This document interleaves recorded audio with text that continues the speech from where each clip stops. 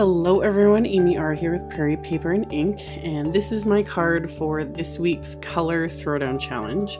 I have had the My Favorite Things Shaker Flower Die-namics sitting here pretty much since the last time I made a card with it. And this one's going to be kind of similar. It's actually a similar color challenge as the last time I used it. So I will link to my previous video using this die set at the end of this video. So I die cut the entire set from some Strathmore ready cut watercolor paper and decided to use my Gansai Tambi pearl colors for to color in all of these die cut pieces that I plan on using. So I'm just simply, I'd sprayed the three colors I want to use because the color challenge is basically like almost like neon pink, neon yellow, and neon green. Hence me choosing these colors because they're actually quite bright. And then they have that like pearlized finish to them, which is really pretty. So I just sprayed those with water, let it sit before I started filming. And then I'm just picking up the color. I'd swirled around and then pick up the color with my water brush. And then I'm painting all the different pieces. So I left them in the negative piece of watercolor paper, just to have something to kind of hold on to while I watercolor these. Really, really simple. Just laid down a layer of color. And then I die cut extra leaves because I wasn't sure exactly how I was going to do my layout for this card. So I wanted to have extra leaves on hand. And then while I was creating this, I was thinking about the die cut sentiment I wanted to use, and I was curious as to how the pearl color in this set would look on gray cardstock to kind of create almost like a silver effect. So I'm just doing the same thing. I just sprayed that white pearly color in the set and then painted onto some MFT gravel gray cardstock and then set that aside to dry. And then of course I had to add some splatter. So I mixed up some Copic opaque white with a little bit of water on my, just on acrylic block and then mixed up with my brush. And the brush I'm using is that Royal and Langnickel number 4. It's one of the Zen brushes. They're super affordable brushes. They're like $3 or $4 US, something like that. Really affordable. They're great little brushes. I've been playing with them more and more and I'm really liking them. So I mixed up that Copic opaque white and just thinned it out a little bit with water and then splattered it onto all those pieces and let that dry. And then the gravel gray cardstock that I had painted with that pearl color, I die cut with the MFT Celebrate Die-namics die, and then I die cut 2 more pieces from that same cardstock. I'm going to layer all these together with my Ranger Multi-Medium Matte Adhesive. So I stacked 2 layers of the die cut together, and then I'm going to adhere that one with the shimmer watercolor on it on top. And then again, let that sit to dry. And then I had taken a piece of just white cardstock and cut it to slightly larger than what the flower center will be. It'll just give me something to adhere everything to. So I can adhere the flower center to this white cardstock. And then I've got a bit of a border. And then for the flower itself, I'm using some 1/8 of an inch score tape. And I'm just going around and applying this all around the perimeter of the opening here. I'm not worried about like there's like kind of wrinkles and it bumps up a bit.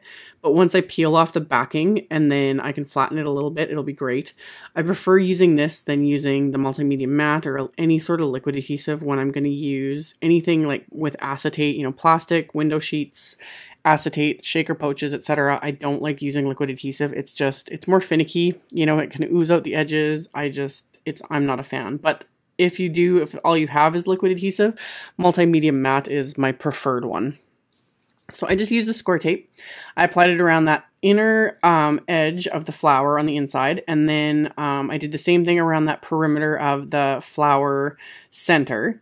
So I've got score tape on both those pieces. And then I could put that circle shaker pouch in the center of the flower. And then I'm going to fill it up with my sequin mix. And I'm using 2 different sizes of the Pretty Pink Posh Tutti Fruitti sequin mix, which just happened to be perfect for this color challenge because they're green, yellow, and pink. So I added the 2 different sizes and I was kind of liberal with that. I kind of wanted to really fill up this little shaker pouch. And then I removed the score tape from the cardstock that had this flower center attached to it.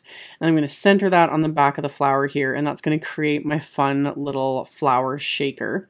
So once I've got everything lined up, I can press it down really, really well. So it seals that shaker pouch right in between the layers.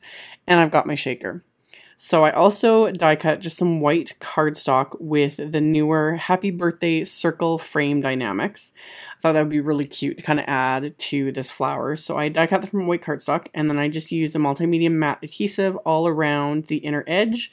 And then I can flip this over and just center that over the pouch frame. And this was sized to fit these circles so that you can use it with just the circle pouches, etc. But I thought it'd look really cute with this flower. So once I had that adhered, I had die cut some polka dot cards or polka dot pattern paper from the MFT Dots and Stripes neutral pack. That's one of my favorites. I chose the gray dot for this card because I didn't want it to be too harsh with black. And I die cut that with the largest die from the Blueprints set 1 that I always use. I always say I use that largest rectangle die from that set all the time. So I die cut the pattern paper from that, and then I'm going to adhere my stem and leaves with just the multimedia matte adhesive. Since I already had it out, that's just what I decided to use. So I'm just squeezing it out and adhering it, and I let a couple of leaves like they'd curled up a bit with that watercolor, and I kind of liked how that looked. So in order to adhere the die cut sentiment over that, I was finding I would either have to put a bunch of pressure, and then that would press those leaves down and I would kind of lose that dimension. So I pulled out my little Darice narrow foam strips here because I found that they fit just perfectly on the Celebrate sentiment, right behind all the wider areas of the sentiment, so I didn't have to fiddle too much, and was able to pop up this whole sentiment on the foam tape and still have that, dimension from the leaves, which I loved. And then I decided to pop up the flower itself as well with just regular foam tape. So again, more dimension. Even though the shaker pouches, you don't need all the foam tape, to get the shaker. I still used a ton of foam tape because I could. I just liked how it looked. So this is definitely a bulkier card, but they're so fun. So after I had everything adhered, I die cut some Simon Says this is the Glimmery Sunshine cardstock just to bring out that yellow a bit. Plus to give some weight to that pattern paper because it's thinner pattern paper and I had a lot adhered to it. So I die cut that with the Blueprints 2 Die-namics die, the large rectangle, because everything layers perfectly between the Blueprints 1 and the Blueprints 2, those 2 rectangles. So you could definitely do that with a paper trimmer. I just prefer to use those die cut rectangles. They just look nicer, a little bit more of a finished edge. Anyway.